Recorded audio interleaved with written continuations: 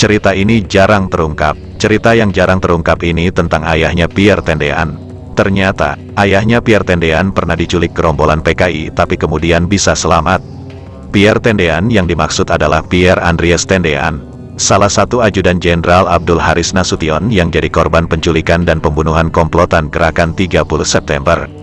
Tendean dibawa paksa para komplotan penculik yang menyatroni rumah Jenderal Nasution pada dini hari 1 Oktober tahun 1965. Dia dibawa komplotan penculik G30 SPKI karena disangka Nasution. Jenderal Nasution sendiri berhasil selamat setelah meloncat dari tembok rumah ke pekarangan Kedutaan Besar Irak di Lubang Buaya, yang jadi basis komplotan Gerakan 30 September pimpinan Letkol Untung Syamsuri. Tendean dibunuh bersama dengan 3 Jenderal TNI Angkatan Darat yakni Jenderal Suprapto, Jenderal S. Parman dan Jenderal Sutoyo Siswomiharjo yang berhasil diculik dalam keadaan hidup. Mayat Tendean lalu dimasukkan ke dalam sumur tua di Lubang Buaya bersama dengan tubuh 6 Jenderal pimpinan Teras Angkatan Darat yang berhasil diculik dan dibunuh. Tendean perwira muda ganteng pemberani itu akhirnya gugur sebagai tameng atasannya yakni Jenderal Abdul Haris Nasution, Jenderal senior TNI kala itu yang dikawalnya dalam peristiwa penculikan di rumah Jenderal Nasution. Yang jadi korban tak hanya Tendean, tapi juga ada korban lain yakni Ade Irma Suryani Nasution, putri Jenderal Nasution yang tertembak peluru komplotan penculik. Korban lainnya adalah anggota Brimob, Karel Satswitubun yang mengawal rumah Waperdam Jeleimena yang letaknya tak jauh dari rumah Jenderal Nasution. Seperti diketahui, komplotan penculik yang hendak menculik Jenderal Nasution sempat salah sasaran dengan menyatroni rumah Leimena. Nah, saat para penculik masuk ke halaman rumah Waperdam Leimena, tragedi pun terjadi. Karel yang ketika itu bertugas mengawal rumah Waperdam Leimena terbunuh setelah sempat bergumul dan menembak salah satu anggota penculik.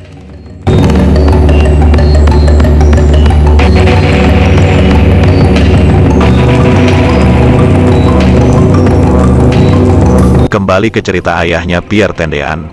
Ayah Pierre Tendean bernama Aurelius Lamet Tendean. Dia seorang dokter, akrab dipanggil Dr. A.L. Tendean. Pierre Tendean adalah salah satu anaknya dari perkawinannya dengan Maria Elizabeth Cornet atau ibu dari Pierre Tendean. Dikutip dari buku Jejak Sang Ajudan, sebuah biografi Pierre Tendean yang disusun oleh Ahmad Noumenta Putra dan Agus Lisna. Dikisahkan, suatu malam pada tahun 1948, saat suara anjing melengking nyaring, Dr. A.L. Tendean harus berlari sekencang-kencang untuk menghindar dari gerombolan PKI yang kala itu tengah membuat gaduh setelah meletusnya peristiwa pemberontakan PKI Madiun. Melewati masa-masa di tahun tersebut, Indonesia memang tengah diguncang dengan adanya gejolak konflik perang saudara, yang diantaranya pecah pada peristiwa pemberontakan PKI Madiun pimpinan Musso pada September sampai Desember tahun 1948. Seorang tokoh komunis bernama Musso yang saat itu telah lama tinggal di Uni Soviet, sekarang Rusia, dalam sebuah sidang Politbiro PKI pada tanggal 13 sampai tanggal 14 Agustus tahun 1948, menjelaskan tentang pekerjaan dan kesalahan partai dalam dasar organisasi dan politik. Kala itu Musso juga menawarkan gagasan yang disebutnya Jalan Baru untuk Republik Indonesia, melalui satu partai kelas buruh yang memakai nama bersejarah, yaitu PKI. Sebagai pengejawantahannya, harus dilakukan fusi 3 partai yang beraliran Marxisme-Leninisme, yaitu PKI Ilegal, Partai Buruh Indonesia, PBI, dan Partai Sosialis Indonesia, PSI. PKI hasil fusi ini akan memimpin revolusi proletariat untuk mendirikan sebuah pemerintahan yang disebut Komite Front Nasional. Dalam sebuah rapat raksasa yang digelar di Yogyakarta, Musso menyerukan tentang pentingnya penggantian kabinet presidensial agar diganti menjadi kabinet Front Persatuan, serta mengusulkan adanya kerja sama internasional, terutama dengan Uni Soviet sebagai bagian untuk mematahkan blokade Belanda. Kemudian bersama Amir Syarifuddin dan kelompok kiri lainnya, Musso juga berencana menguasai daerah-daerah strategis di Jawa Tengah dan Jawa Timur, seperti Solo, Cepu, Wonosobo, Kediri, Madiun, Jombang, dan Bojonegoro dengan cara agitasi, demonstrasi, dan aksi pengacauan lainnya. Tak mampu membendung hasrat untuk membentuk Republik Soviet Indonesia. Sebagai langkah konkretnya, mula-mula mereka menculik dan membunuh tokoh-tokoh yang dianggap musuh di Surakarta, mengadu domba kesatuan TNI setempat termasuk Kesatuan Siliwangi.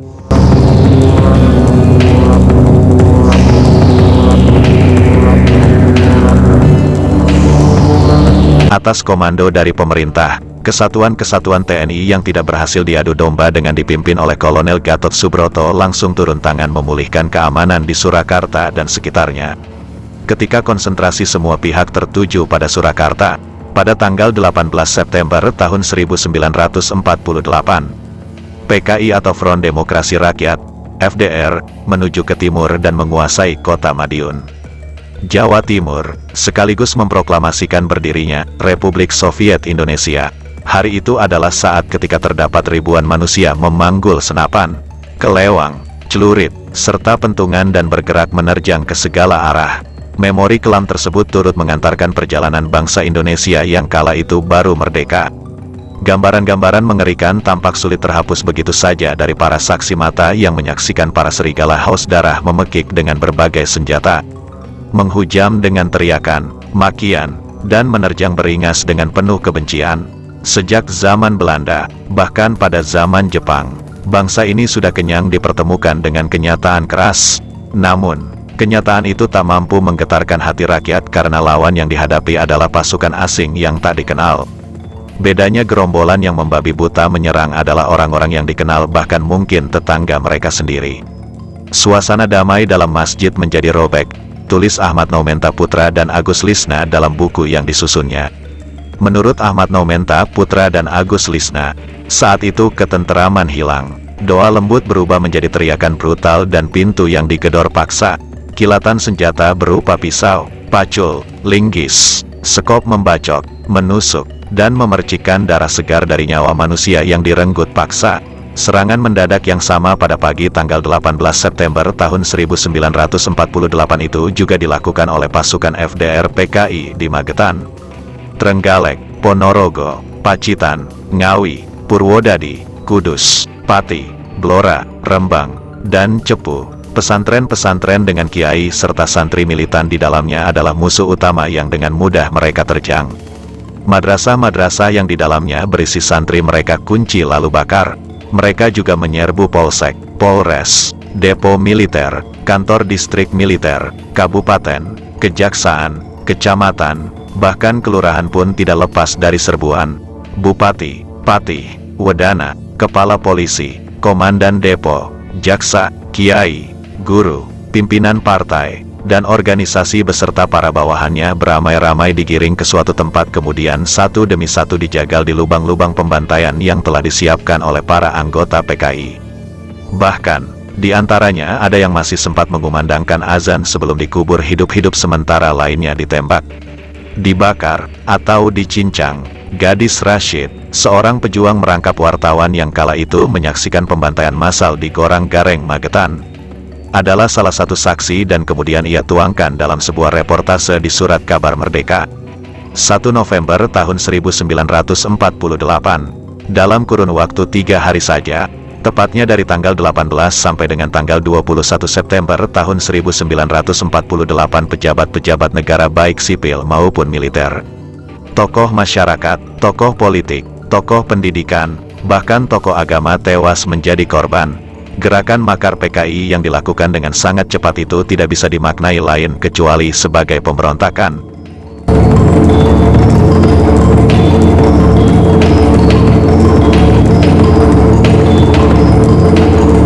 Dari penelusuran saksi mata dan penggalian beberapa saja dari lubang-lubang pembantaian tersebut teridentifikasi beberapa nama.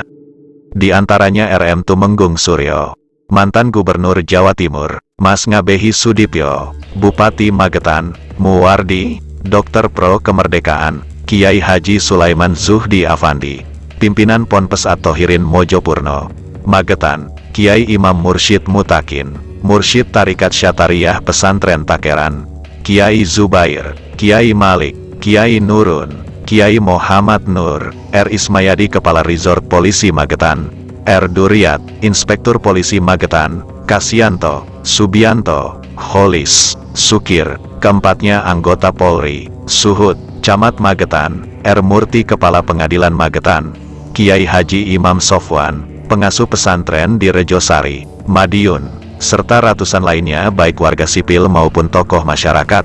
Tragedi tersebut seketika menyulut kemurkaan Presiden Soekarno. Ikut musuh dengan PKI-nya yang akan membawa bangkrutnya cita-cita Indonesia merdeka atau ikut Soekarno-Hatta, yang insya Allah dengan bantuan Tuhan akan memimpin negara Republik Indonesia ke Indonesia yang merdeka. Tidak dijajah oleh negara apapun juga, pekik sang presiden dalam pidatonya. Pemerintah pun dengan cepat bertindak untuk memulihkan keamanan. Operasi penumpasan dimulai pada 20 September tahun 1948 dipimpin oleh Kolonel Nasution. Langkah yang sama dilakukan dengan menjadikan Provinsi Jawa Timur sebagai daerah istimewa. Lalu Kolonel Sungkono diangkat sebagai gubernur militer, dengan menggunakan 2 brigade dari cadangan Divisi Siliwangi serta kesatuan-kesatuan lainnya yang mendukung Republik. Semua kekuatan pemberontak akhirnya dapat dimusnahkan. Sasaran operasi penumpasan ini adalah pengejaran terhadap musuh yang kemudian ditembak mati di Sumoroto, Ponorogo. Amir Syarifuddin yang tertangkap di Grobogan, Jawa Tengah dan tokoh-tokoh kiri lainnya ditangkap lalu dijatuhi hukuman mati. Tokoh-tokoh muda PKI ada yang lari ke Rusia dan Tiongkok sementara sisa-sisa pemberontak lainnya melarikan diri ke Sumatera, Bali, atau tetap bersembunyi di Pulau Jawa dan masih terus bergentayangan sesaat setelah kejadian tersebut.